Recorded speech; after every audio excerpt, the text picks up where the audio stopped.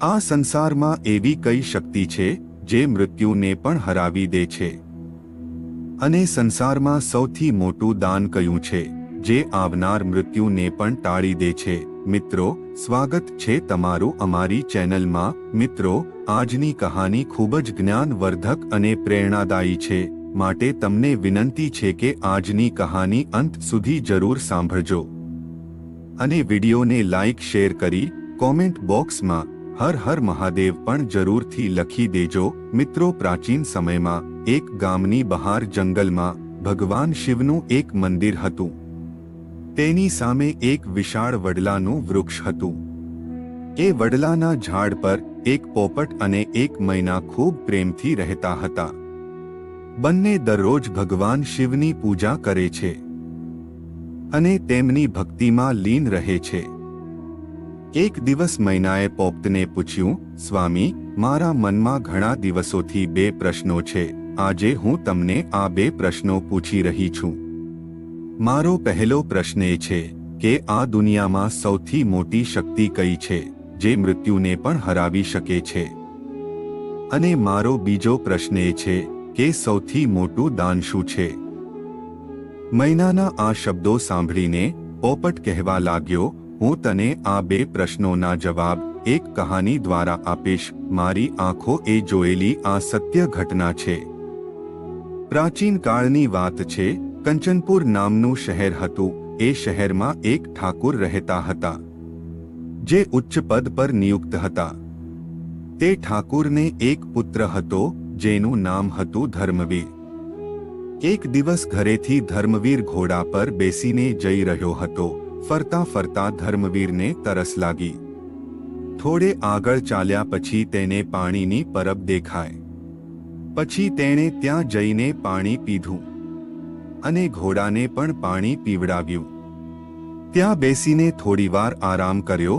આરામ કરતી વખતે ધર્મવીરે જોયું કે ત્યાં ઘણા મુસાફરો આવતા અને જતા હતા અને પાણી પીધા પછી ખૂબ આશીર્વાદ આપતા હતા.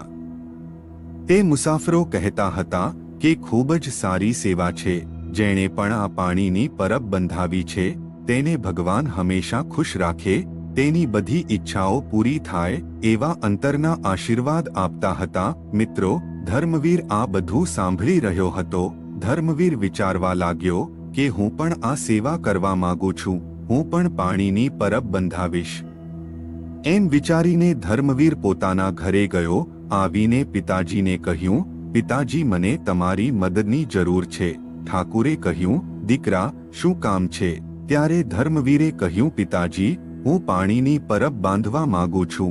તો ઠાકુર બોલવા લાગ્યા, દીકરા, આપણને ભગવાને ઘણું આપ્યું છે, આપણે કોઈ વાતની ખોટ નથી. તું જરૂર આ સેવાનું કામ કર અને એક નોકર પણ રાખી લેજે જે બધાને પાણી પીવડાવશે. ધર્મવીર ઠાકુરને કહેવા લાગ્યો, પપ્પા, હું મારા હાથે પાણી પીવડાવીશ. હવે પિતા પુત્ર સાથે સંમત થાય છે અને ધર્મવીરને પાણીની પરબ બનાવવાની વ્યવસ્થા કરી આપી. હવે ધર્મવીર એવી દરેક જગ્યાએ પાણી ઉપલબ્ધ કરાવે છે જ્યાં કોઈ વ્યવસ્થા નથી. તે માર્ગ પર જતા તમામ લોકો પાણી પી શકે. અને ધર્મવીર પોતે આ સેવા કાર્યમાં લાગી ગયો. એક દિવસ 4 યમના દૂત એક માણસની આત્માને લઈને જઈ રહ્યા હતા. યમદૂત એ જ રસ્તા પરથી પસાર થઈ રહ્યા હતા જ્યાં ધર્મવીરની પાણીની પરબ હતી. યમદૂતે જોયું કે અહીં પાણી પીને આગળ વધીએ. આથી ચારેય જણ પોતાનો વેશ બદલીને તે પરબ પર પહોંચે છે. તેઓએ ત્યાં જઈને પાણી પીધું. પછી 4 યમદૂતો તે આત્માને લઈને યમલોક તરફ ચાલ્યા ગયા. તે પછી જ્યારે પણ આ યમદૂત તે વિસ્તારની મુલાકાત લેતા તો તે ધર્મવીરની પાણીની પરબ પાસે જરૂર આવતા. એક દિવસ જ્યારે ધર્મવીરે તેમને જોયા ત્યારે કહેવા લાગ્યો કે ભાઈ, તમે 4 દિવસ પહેલા જ અહીં આવ્યા હતા. તમે ક્યાં જાઓ છો અને કોણ છો? પછી પેલા 4 યમદૂતો કહેવા લાગ્યા કે ભાઈ, અમે વ્યાપારી છીએ અને 2-4 દિવસમાં એક વાર આ માર્ગે આવતા જતા રહીએ છીએ. ત્યારે ધર્મવીર તેમની વાત પર વિશ્વાસ કરી લે છે. પછી ધર્મવીર દર વખતની જેમ ચારેયનું સ્વાગત કરે છે, મધુર અને ઠંડુ પાણી આપે છે. હવે 4 યમદૂતો ધર્મવીરના મિત્ર બની જાય છે.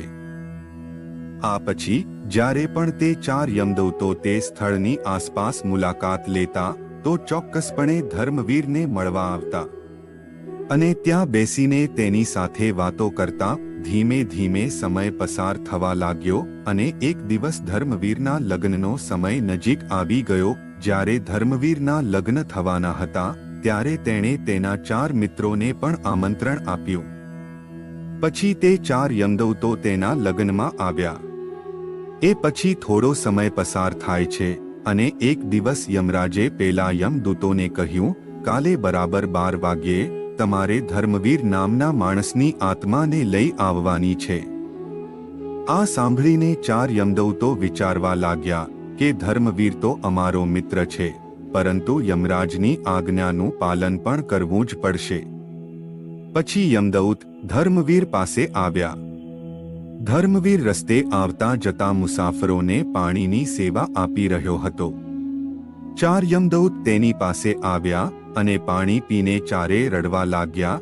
ધર્મવીર તેમને રડતો જોઈને પૂછે છે, મિત્રો તમે કેમ રડો છો? હું આ વિસ્તારના ઠાકુરનો દીકરો છું. કોઈએ તમને તકલીફ આપી હોય તો મને કહો, હું તેમને જરૂર સજા આપીશ. ચારે યમદૂત એકબીજા સામે જોવા લાગ્યા. એમાં જે યમદૂત સૌથી નાનો હોય છે તે ખૂબ રડે છે. ધર્મવીર તેને કહે છે કે તમે મને કહો શા માટે રડો છો? શું થયું? નાનો યમદૂત કહે છે, મિત્ર અમે માણસ નથી, અમે 4 યમદૂત છીએ અને જ્યારે પણ કોઈ આત્માને લઈ જવા માટે આવતા તારી પાસે પાણી પીવા આવતા હતા અને ધીમે ધીમે તમારી સાથે મિત્રતા થઈ ગઈ. આ સાંભળીને ધર્મવીર થોડો ડરી ગયો. સૌથી નાનો યમદૂત કહેવા લાગ્યો, મિત્ર તું કાલે બપોરે બરાબર 12 વાગે મરી જઈશ. તારી મિત્રતાના મોહમાં અમને રડવાનું મન થાય છે.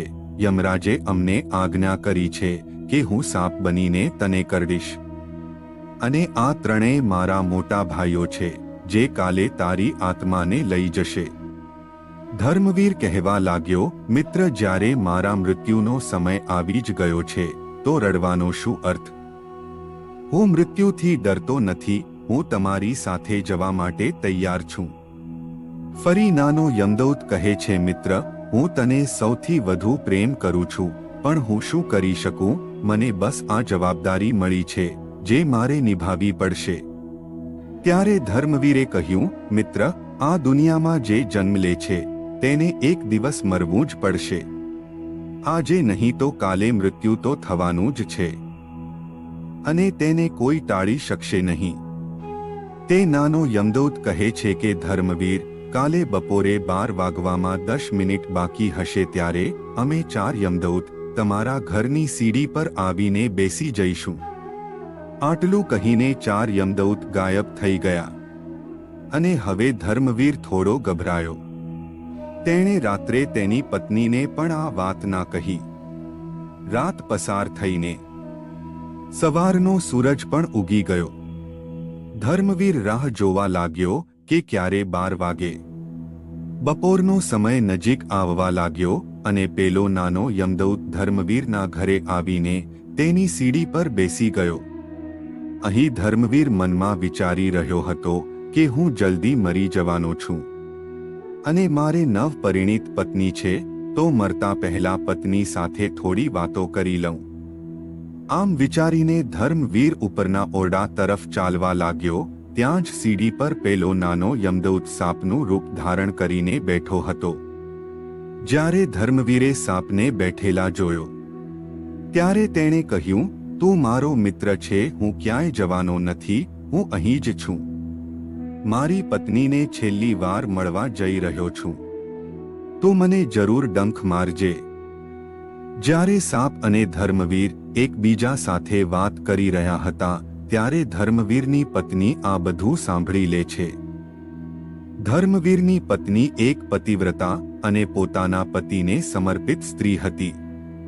તેમનો પતિવ્રતા ધર્મ ઉજાગર થયો અને તે ભગવાનને પ્રાર્થના કરવા લાગી, હે ભગવાન, મારા લગ્નને હજુ 10 દિવસ પણ નથી થયા અને આ શું થવા જઈ રહ્યું છે? પછી પોપટ તે મેનાને કહે છે કે તે દિવસે ધર્મવીરની પત્નીએ ભોજનમાં 36 પ્રકારની વાનગીઓ બનાવી હતી અને તે શહેરમાં જ એક ગરીબ માણસ રહેતો હતો અને તે ગરીબ માણસને એક છોકરી હતી જે 9 મહિનાની ગર્ભવતી હતી. તે એક વિધવા હતી, તેના પિતાના ઘરે રહેતી હતી કારણ કે તેના પતિનું તેના સાસરે જ અવસાન થયું હતું. પછી તેનો કોઈ સહારો ન હતો અને જે દિવસે ધર્મવીરને તે સાપ ડંખ મારવાનો હતો તે જ દિવસે તે છોકરીના ગર્ભમાંથી એક બાળકનો જન્મ થવાનો હતો. તે સ્ત્રીએ બાળકને જન્મ આપ્યો. નવજાત બાળકનો જન્મ થયો અને તે સ્ત્રીને ખૂબ જ ભૂખ લાગી. સ્ત્રીએ તેના માતા પિતાને કહ્યું કે મને ખૂબ ભૂખ લાગી છે. પિતાજી, કૃપા કરીને મને કંઈક ખાવાનું આપો. ત્યારે તે પિતા લાચાર બનીને જવાબ આપે છે કે દીકરી, મારી પાસે કંઈ નથી, હું તને કેવી રીતે ખાવાનું આપું? તે સ્ત્રીના પિતા ખૂબ દુઃખી થાય છે અને વિચારે છે કે હું કેવો અભાગો બાપ છું કે મારી દીકરીને એક અનાજનો કોળિયો પણ ખવડાવી શકતો નથી. ત્યારે તે સ્ત્રી તેના પિતાને કહે છે કે તમે મને ખાવાનું નહીં આપો તો હું મારા બાળકને જ ખાઈ જઈશ. મિત્રો, પોપટ મેનાને કહે છે કે હે પ્રિય, પ્રસૂતિ સમયની પીડા પછી જે ભૂખ લાગે છે તે અસહ્ય હોય છે. જ્યારે તે ગરીબ વ્યક્તિએ છોકરી પાસેથી આ સાંભળ્યું કે હું આ બાળકને ખાઈ જઈશ તો તે પિતાએ કહ્યું, દીકરી, ધીરજ રાખ, હું ક્યાંકથી માગીને તારા માટે ભોજન લઈ આવીશ. આમ કહીને તે ગરીબ પિતા જમવાનું માગવા ઘરે ઘરે ફરવા લાગે છે, પરંતુ કોઈ તેને ભિક્ષા આપતું નથી. ચાલતા ચાલતા તે વ્યક્તિ એ ઠાકુરના મહેલ પર પહોંચી જાય છે જ્યાં સાપ અને ધર્મવીર વાતો કરી રહ્યા હતા. આ તરફ ધર્મવીરની પત્ની દૂર રહીને આ બધું જોઈ રહી હતી. તે જ સમયે પેલા ગરીબ વ્યક્તિએ તેમના દરવાજે આવીને બૂમ પાડી કે મહેરબાની કરીને મને મારી પુત્રી માટે થોડો ખોરાક આપો. તેણે નવજાત બાળકને જન્મ આપ્યો છે અને મારી પાસે તેને ખવડાવવા માટે કંઈ પણ નથી. જ્યારે ધર્મવીરની પત્નીએ આ સાંભળ્યું તેથી તે વિચારવા લાગી કે થોડા સમય પછી મારા પતિ મૃત્યુ પામશે અને હું વિધવા બનીશ અને હું પણ મારા પતિ સાથે સતી થઈ જઈશ. હવે આ 32 જાતના ભોજન મારે શું કામના? આમ વિચારીને તે રાજકુમારી એ બધું ભોજન તે ગરીબ માણસને આપી દીધું. ભોજન લીધા પછી તે ગરીબ વ્યક્તિ તેના ઘરે પાછો જાય છે અને તે ગરીબ માણસે જઈને તે ભોજન તેની પુત્રીને આપ્યું. જ્યારે તે સ્ત્રીએ 36 પ્રકારની વાનગીઓ જમી ત્યારે તેણે તેના પિતાને પૂછ્યું, પપ્પા, આજે તમને આટલું સારું ભોજન કોણે આપ્યું? તેના પિતાએ કહ્યું, ઠાકુર સાહેબના પુત્રવધુ જેમના લગ્ન થોડા દિવસ પહેલા જ થયા છે. ત્યારે તે સ્ત્રી કહેવા લાગી, હે ભગવાન, તે સ્ત્રી અને તેનો પતિ હંમેશા ખુશ રહે. તે સ્ત્રી અખંડ સૌભાગ્યવતી થાય. તે સ્ત્રીએ ખૂબ અંતરથી આશીર્વાદ આપ્યા. જેવા તે સ્ત્રીના અંતરથી આશીર્વાદ નીકળ્યા કે આ તરફ ભગવાન વિષ્ણુનું સિંહાસન પણ હલવા લાગ્યું. ત્યારે તેમણે નારદ મુનિને બોલાવ્યા અને કહ્યું કે મારા એક ભક્ત પર મોટી મુશ્કેલી આવી છે, તેથી જ મારું સિંહાસન ધ્રુજી રહ્યું છે. ત્યારે નારદ મુનિએ ભગવાન વિષ્ણુની આજ્ઞા મુજબ મૃત્યુ લોકમાં જોયું કે ભગવાન વિષ્ણુનું સિંહાસન કેમ ડોલી રહ્યું છે. નારદ મુનિ કહે છે કે હે પ્રભુ, એક ભૂખ્યો આત્મા જે લાંબા સમયથી ભૂખથી વ્યાકુળ હતી તેને એક નવજાત બાળકને જન્મ આપ્યો છે અને તેના અંતરાત્માથી આ કહ્યું હતું કે ભોજન આપનાર સ્ત્રીનો સુહાગ અમર રહે, એટલે કે તેનો પતિ જીવતો રહે. અને આ તરફ યમરાજે તેના પતિના પ્રાણ લેવા યમદૂત મોકલી દીધા છે. હવે માત્ર 10 મિનિટ બાકી છે, પછી તે સ્ત્રીના પતિનું મૃત્યુ થઈ જશે. નારદ મુનિ ભગવાન વિષ્ણુને કહે છે, પ્રકૃતિના નિયમો અનુસાર ધર્મવીરના મૃત્યુનો સમય આવી ગયો છે અને યમદૂત તેને લઈ જવા તેના ઘરે જઈને બેઠા છે. ભગવાન વિષ્ણુ કહેવા લાગ્યા, નારદ, ભલે નિયમ બદલાય કેમ ન જાય, પરંતુ તે આશીર્વાદનું માન રાખવું પડશે. ભગવાન વિષ્ણુ એ પેલી સ્ત્રીના આશીર્વાદને ધર્મવીરની રક્ષા કરવા માટે કવચ બનાવીને પહેરાવી દીધા. ઘડિયાળમાં હજુ 12 વાગવામાં 10 મિનિટ બાકી હતી. પછી ધર્મવીર એ યમદૂતને કહેવા લાગ્યો, મિત્ર, હવે તું મને ડંખ મારી દે. પછી સાપે ધર્મવીરને ડંખ માર્યો અને તે વિચારવા લાગ્યો કે 10 મિનિટમાં ધર્મવીર મૃત્યુ પામશે. પણ 10 મિનિટ પછી પણ ધર્મવીરને કંઈ થયું નહીં. પછી સાપ કહેવા લાગ્યો, તને કંઈક થઈ રહ્યું છે. ધર્મવીર કહેવા લાગ્યો, મિત્ર, મને કંઈ થયું નથી. પછી સાપ તેના પર વધુ તાકાત સાથે બીજો ડંખ મારે છે, પરંતુ ધર્મવીરને કંઈ થતું નથી, કારણ કે ભગવાન વિષ્ણુ પોતે ધર્મવીરની રક્ષા કરી રહ્યા હતા. પછી ધર્મવીર સાપને કહેવા લાગ્યો, મિત્ર, તમે મને તમારી બધી શક્તિથી ડંખ મારો. પછી ત્રીજી વખત તે સાપે પૂરી શક્તિથી હુમલો કર્યો, પણ ધર્મવીરનો વાળ પણ વાંકો ન કરી શક્યો. ધર્મવીરને જીવતો જોયા પછી ચારે યમદૂત સ્તબ્ધ થઈ ગયા અને વિચારવા લાગ્યા કે હવે યમરાજ પાસે જવું પડશે. તે 4 યમદૂતો યમરાજ પાસે પહોંચે છે અને તેઓ યમરાજને કહેવા લાગ્યા, યમરાજ, અમે ઘણો પ્રયત્ન કર્યો, પણ ધર્મવીર નામની વ્યક્તિને ઝેરની અસર થતી નથી. યમરાજે પોતાની દિવ્ય દ્રષ્ટિથી જોયું કે ધર્મવીરના શરીર પર 3 જગાએ સર્પ ડંખના નિશાન છે. થોડું લોહી પણ વહી રહ્યું છે, પરંતુ ધર્મવીરને કંઈ થયું નથી. ત્યારે યમરાજ ભગવાન વિષ્ણુ પાસે ગયા અને સમગ્ર ઘટના જણાવી અને કહ્યું કે આજે ધર્મવીરના પ્રાણ નહીં લઈએ તો પ્રકૃતિના નિયમો બદલાઈ જશે. ભગવાન વિષ્ણુ કહે છે, હે યમરાજ, આ આત્માની શક્તિ છે. તો યમરાજ કહે છે કે હે પ્રભુ, આ આત્માની શક્તિ શું છે? તો ભગવાન વિષ્ણુ કહે છે કે જો કોઈ વ્યક્તિ અંતરથી આશીર્વાદ આપે તો તે ક્યારેય વ્યર્થ નથી જતા. ભગવાન વિષ્ણુ કહે છે, યમરાજ, એક ગરીબ સ્ત્રી જેના પતિનું 1 મહિના પહેલા અવસાન થયું હતું, તે તેના પિતા સાથે રહેતી હતી. તેણે થોડા સમય પહેલા બાળકને જન્મ આપ્યો હતો. તેનો આત્મા ખોરાક માટે તડપી રહ્યો હતો. તે ધર્મવીરની પત્નીએ તેને આશીર્વાદ આપ્યા છે કે તેનો સુહાગ અમર રહે. તેથી હવે ધર્મવીરનું આયુષ્ય 100 વર્ષનું થઈ ચૂક્યું છે. આ સંભાળી યમરાજ પણ ભગવાન વિષ્ણુની વાત સાથે સંમત થયા અને યમદૂત સાથે ખાલી હાથે પાછા ફર્યા. પછી પોપટ મેનાને કહે છે કે આ તારા પહેલા પ્રશ્નનો જવાબ હતો કે દુનિયામાં સૌથી મોટી શક્તિ કઈ છે જે મૃત્યુને પણ હરાવી શકે છે. સૌથી મોટી શક્તિ અંતરથી નીકળેલા આશીર્વાદની છે. અને જો કોઈ પોતાના અંતર આત્માથી આશીર્વાદ આપે અથવા જો કોઈ તમને શ્રાપ આપે તો ભગવાન પણ તેને રોકી શકતા નથી. તમારો બીજો પ્રશ્ન એ હતો કે સૌથી મોટું દાન શું છે? ભૂખ્યાને ભોજન કરાવવું એ સૌથી મોટું દાન છે. આ રીતે પોપટે મૈનાને કહાની દ્વારા સમજાવ્યું કે સૌથી મોટી શક્તિ કઈ છે જે મૃત્યુને પણ હરાવી દે છે અને સૌથી મોટું દાન કયું છે જે આવનાર મૃત્યુને પણ ટાળી દે છે. તો મિત્રો, આશા છે કે આજની આ કહાની તમને જરૂર પસંદ આવી હશે. તો મિત્રો, આજની વિડીયોને લાઈક કરી શેર કરજો તથા અમારી ચેનલને સબસ્ક્રાઇબ પણ જરૂરથી કરી લેજો. જય શ્રી કૃષ્ણ. હર હર મહાદેવ.